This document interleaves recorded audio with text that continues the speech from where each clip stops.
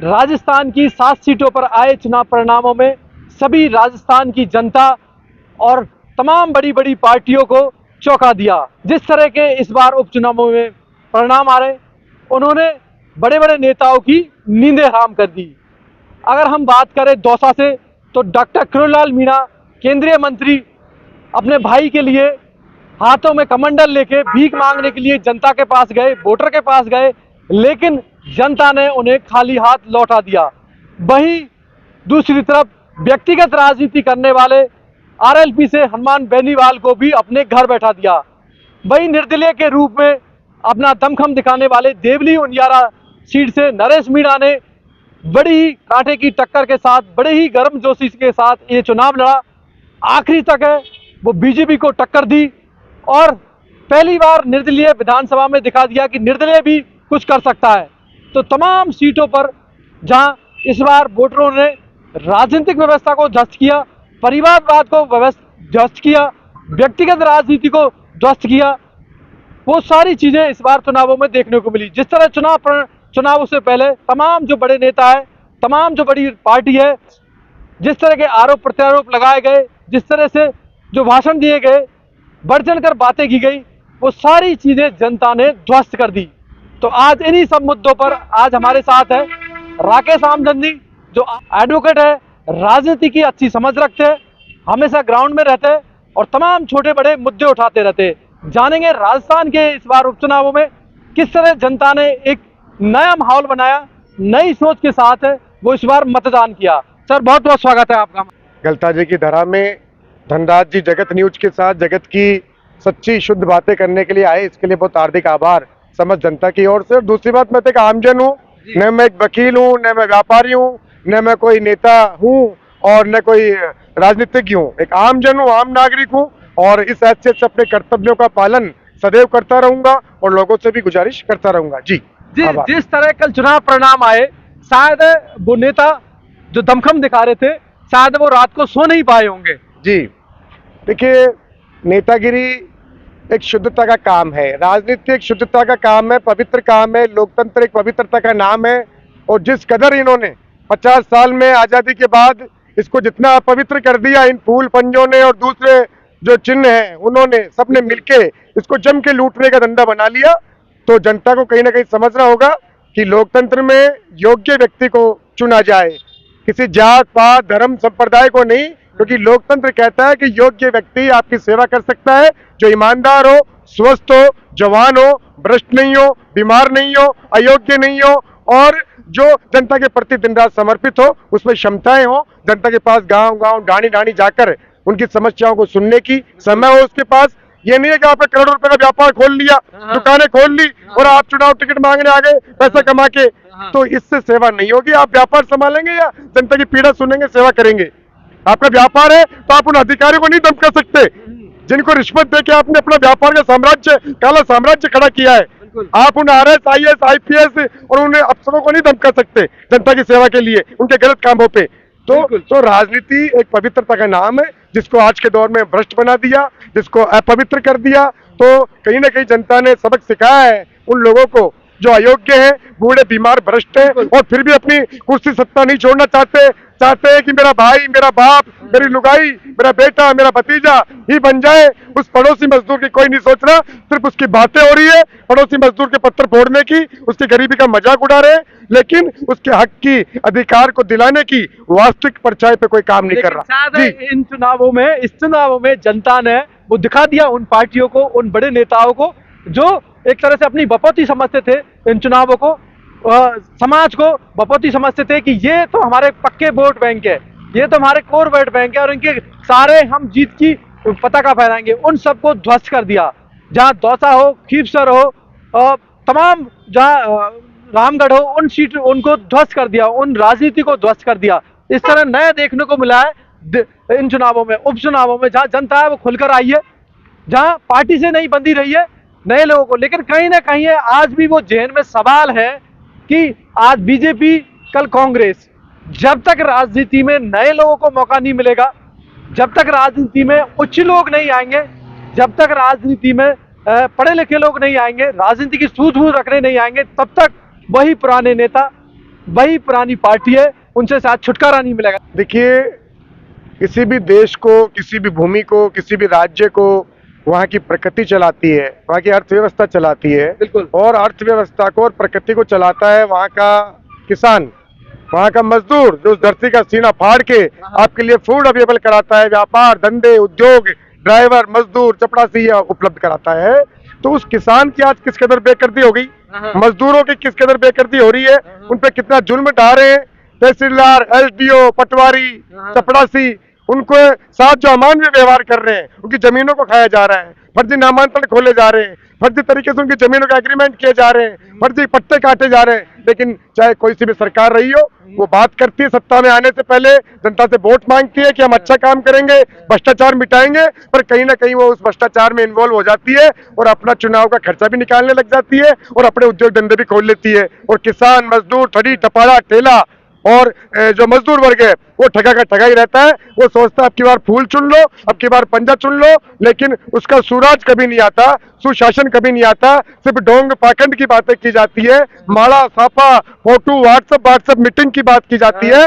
लेकिन इन भ्रष्ट अफसरों पर, जो भ्रष्ट अफसरों का गठबंधन है, अब आप देखिए कि एक भ्रष्ट बूढ़ा लांगा बीमार नेता अयोग्य डिजायर करता है मेरे इस आईपीएस को लगा दो क्षेत्र में, अच्छा। मेरे इस इंचार्ज को लगा दो, इस कलेक्टर आरएस एसडीओ को लगा दो। जब ये भ्रष्टाचार कारित करके इन यूपीएससी और आरपीएससी से आने वाले अफसरों को अपने अपने क्षेत्र में लगाने की डिमांड क्यों कर रहे हैं, राजनीतिक प्रभाव क्यों दिखा रहे हैं, जबकि स्पष्ट रूप से लिखा हुआ है सिविल सेवा नियमों में कि किसी भी प्रकार से पोस्टिंग में, ट्रांसफर में राजनीतिक प्रभाव का उपयोग नहीं करेंगे, कार्रवाई की जाएगी।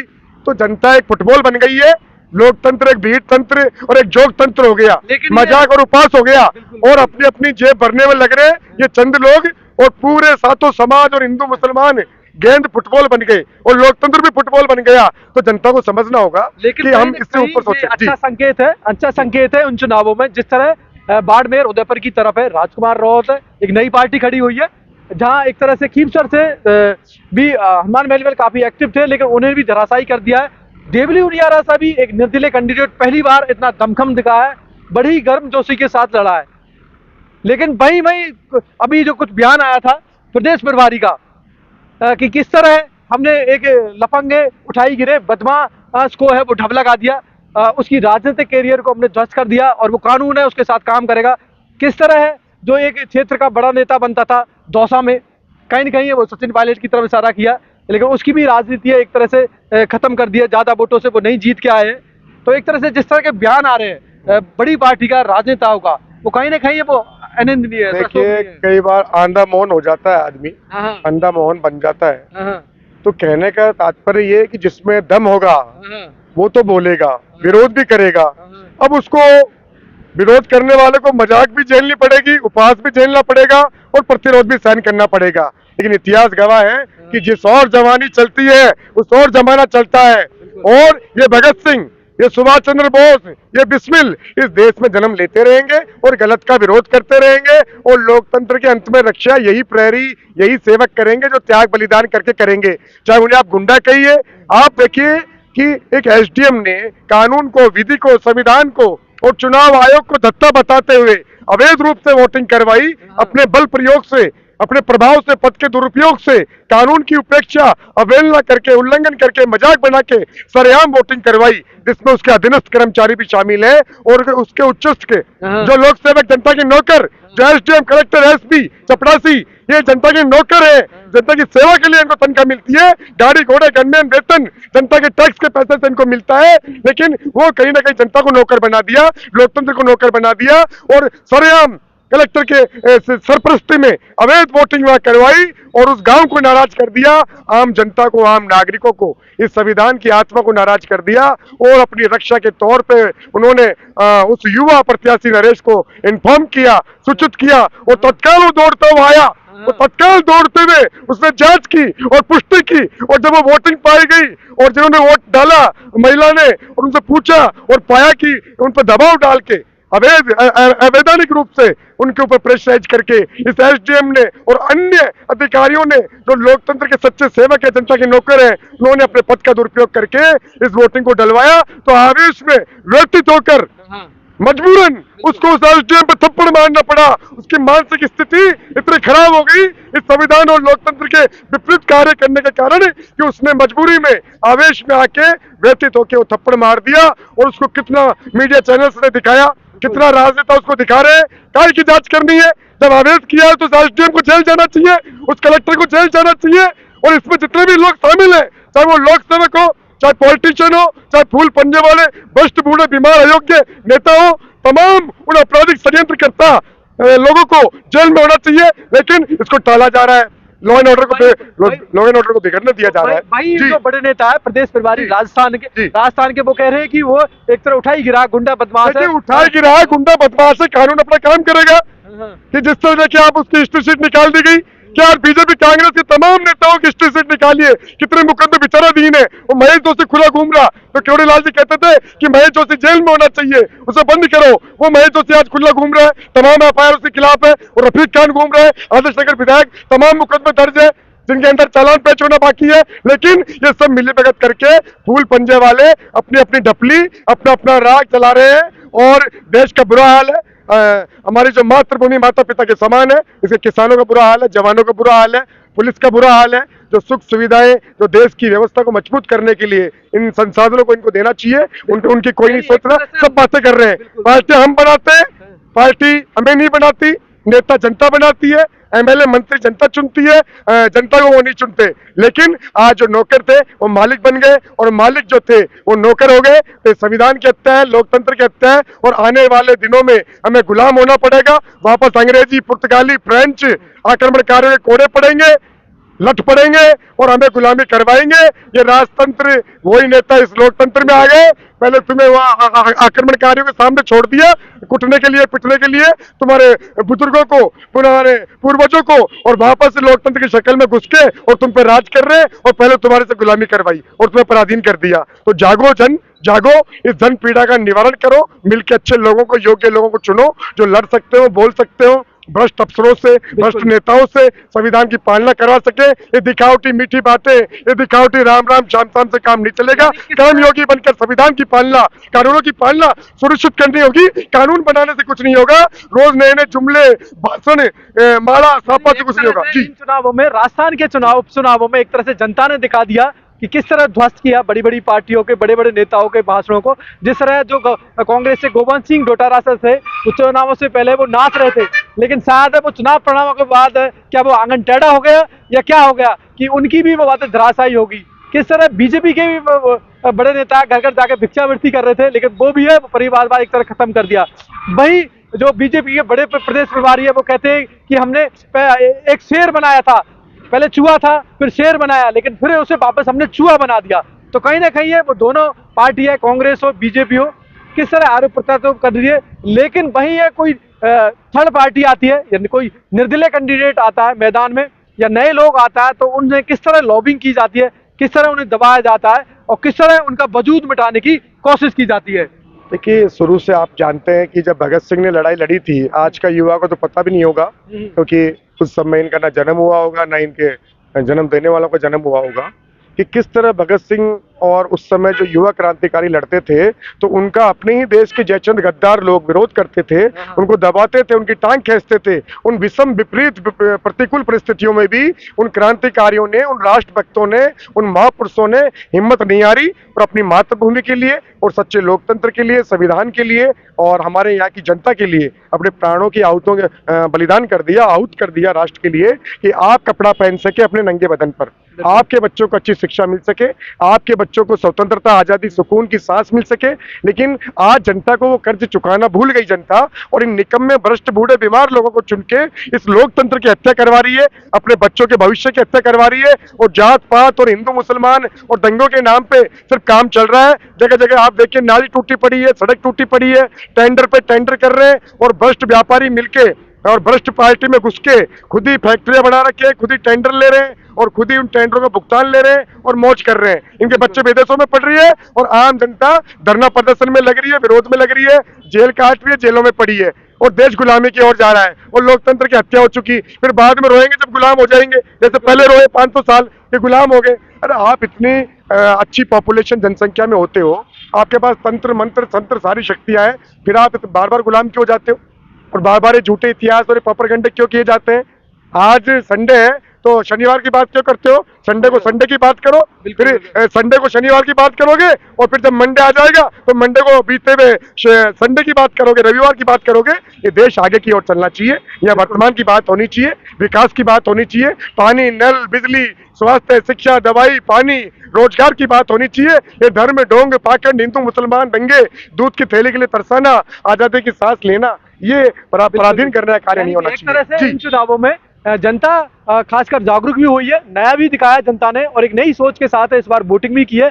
लेकिन फिर भी वही डाक के तीन पार, क्योंकि वही पार्टियां कांग्रेस, बीजेपी या कहे कि वही लोग, वही चुने हुए लोग, वही चेहरा। लेकिन जब तक राजनीति में अगर राजनीति का स्तर नहीं उठेगा, जब तक नई सोच के नए पढ़े लिखे लोग, नए युवा लोग आगे नहीं आएंगे, तब तक साथ कुछ बदलाव की उम्मीद नहीं लगती। क्योंकि हर बार है वो चुनावों में भाषण होते हैं, वादे होते हैं, घोषणा पत्र निकलते हैं, हिंदू मुस्लिम की बात हो या पुराने की बात हो, राजनीति नए पुराने की बात हो, वही चलती रहती है। लेकिन जब तक विकास की बातें नहीं होगी, क्योंकि जिस तरह देखा गया दिल्ली में बीजेपी कांग्रेस को आम आदमी पार्टी ने उखाड़ के फेंक दिया था, नई पार्टी सामने आई थी, पंजाब में फेंक दिया था। तो एक नई सोच के जब तक नहीं आएगी, राजस्थान में भी कुछ जब तक बदलाव की आशा नहीं दिखेगी। हाँ, अभी तक वादे करते उम्मीद कर रहे हैं कि कुछ नया होगा। बीजेपी के राज्य में अभी बीजेपी की सरकार है, सीटें भी बीजेपी की ज्यादा निकली है, देखना है कि कितना इस सत्ता पक्ष से लाभ मिलेगा। लेकिन नए लोगों को भी जब तक राजनीति में नहीं आएंगे, तब तक कुछ बदलाव की उम्मीद नहीं दिखती है। तो बहुत अच्छा हमारे साथ रहे राकेश जी, उन्होंने काफी अच्छा राजनीति के बारे में बताया, काफी किस तरह उन चुनावों के परिणाम रहे, जनता ने किस तरह बढ़ चढ़ कर इस लोकतंत्र के उस समय भाग लिया और किस तरह तमाम सीटों पर, 7 सीटों पर लोगों ने बढ़ चढ़ कर उत्साह के साथ और एक नई उमंग के साथ, नए चेतना के साथ वोटिंग की, वो इसकी सराहनीय रही है। अब जनता ने जो किया वो तो सराहनीय है, लेकिन अति सराहनीय करने के लिए अब हमको विकल्प ढूंढने होंगे। और जो योग्य यूथ है, पढ़ा लिखा शिक्षित ईमानदार है, जो मादा रखता है देश को बदलने का, जनता की सेवा करने का और सुविधाएं विकसित करने का, जनता की पीड़ा का निवारण करने का, उन लोगों को चुने। ये नहीं करें कि एक बूढ़े बीमार भ्रष्ट को हटा के दूसरे बूढ़े बीमार भ्रष्ट अयोग्य को आप चुन लें, तो ये भी कोई सराहनीय नहीं है। ठीक है, आपने अच्छा किया, कुछ लोगों को पटकनी दी, उनकी दादागिरी को, उनके परिवारवाद को, उनके क्षेत्रवाद को, उनकी अयोग्यता को खत्म किया। लेकिन सबसे मोटी बात देश के लिए, राष्ट्र के लिए, एकता के लिए और हमारे बच्चों की नई पीढ़ियों के भविष्य के लिए ये है कि अब योग्य का चयन करें, किसी जात पात को देख के नहीं, हिंदू मुसलमान को देख के नहीं, जो संविधान की पालना करा सके, जो बने हुए कानूनों को जनता तक पहुंचा सके, जगा सके और उनकी पालना इन भ्रष्ट अफसरों से, लांघिया अफसरों से करा सके और इन अयोग्य नेताओं से छुटकारा तुम्हें दिला सके। ऐसे यूथ को आप चुने, योग्य को, जो इस लोकतंत्र की स्थापना के उद्देश्यों को, संविधान के उद्देश्यों को और इस भारत राष्ट्र की अखंडता को और मजबूती को बनाए रख सके, बजाय बातें, वादे, भाषण, माड़ाओं के और जनता को खुश करने के, धर्म, ढोंग, पाखंड करके सत्ता हासिल करके राज करने वालों के खिलाफ जाके इस संविधान की पालना सुनिश्चित करा सके। उस व्यक्ति को आपको चुनना है। वो किसी भी धर्म का हो सकता है, किसी जाति का हो सकता है और वो कैसा भी हो सकता है, लेकिन योग्य को चुनना ही जनता का अंतिम मकसद होना चाहिए। ये नहीं होना चाहिए कि एक भ्रष्ट को हमने गिरा दिया और दूसरे भ्रष्ट को हमने चुन लिया। जी बिल्कुल, जब तक राजनीति में कहते कि नई चेतना नहीं आएगी, नहीं जागती, क्योंकि एक तरह से एक स्तर हो गया था राजनीति का। कोई लोग जो भाग नहीं लेते थे, वोटिंग में भाग लेते थे, जिस तरह वोटिंग प्रतिशत देखने को मिलता है चुनावों में, लोग है वो वोटिंग प्रतिशत की तरह उदासीनता दिखाते हैं। तो वो कहीं ना कहीं है, जब तक नई चेतना नहीं आएगी, नए लोग नहीं आएंगे, नई सोच के लोग नहीं आएंगे, पढ़े लिखे लोग नहीं आएंगे, समझदार राजनीति में नहीं आएंगे, तब तक है वो राजनीति में बदलाव देखने को नहीं मिलेगा। तो इस बार चुनावों में बीजेपी कांग्रेस के खाते में चीजें रही है, ज्यादातर बीजेपी को सीटें मिली है, लेकिन नए लोगों ने भी काफी दमखम दिखाया है। पुराने लोगों की राजनीति है वो भी ध्वस्त की है, एक समाज की राजनीति भी ध्वस्त की है। जिस तरह पार्टियां वो मानती है कि हमारे ये समाज हमारा वोट है, कांग्रेस मानती है कि एसटी एससी हमारे वोट मांगे, उस सोच को भी धराशायी किया है। बीजेपी की जो चली आ रही थी छवि के हम हमेशा से जीतते, उसको भी ध्वस्त किया है। तो तमाम जो वोटर ने इस बार खुले मन से वोट किया है और राजस्थान के चुनाव परिणामों ने सभी को चौंकाया है। तो मैं धनराज योगी, जगत तक न्यूज, जयपुर।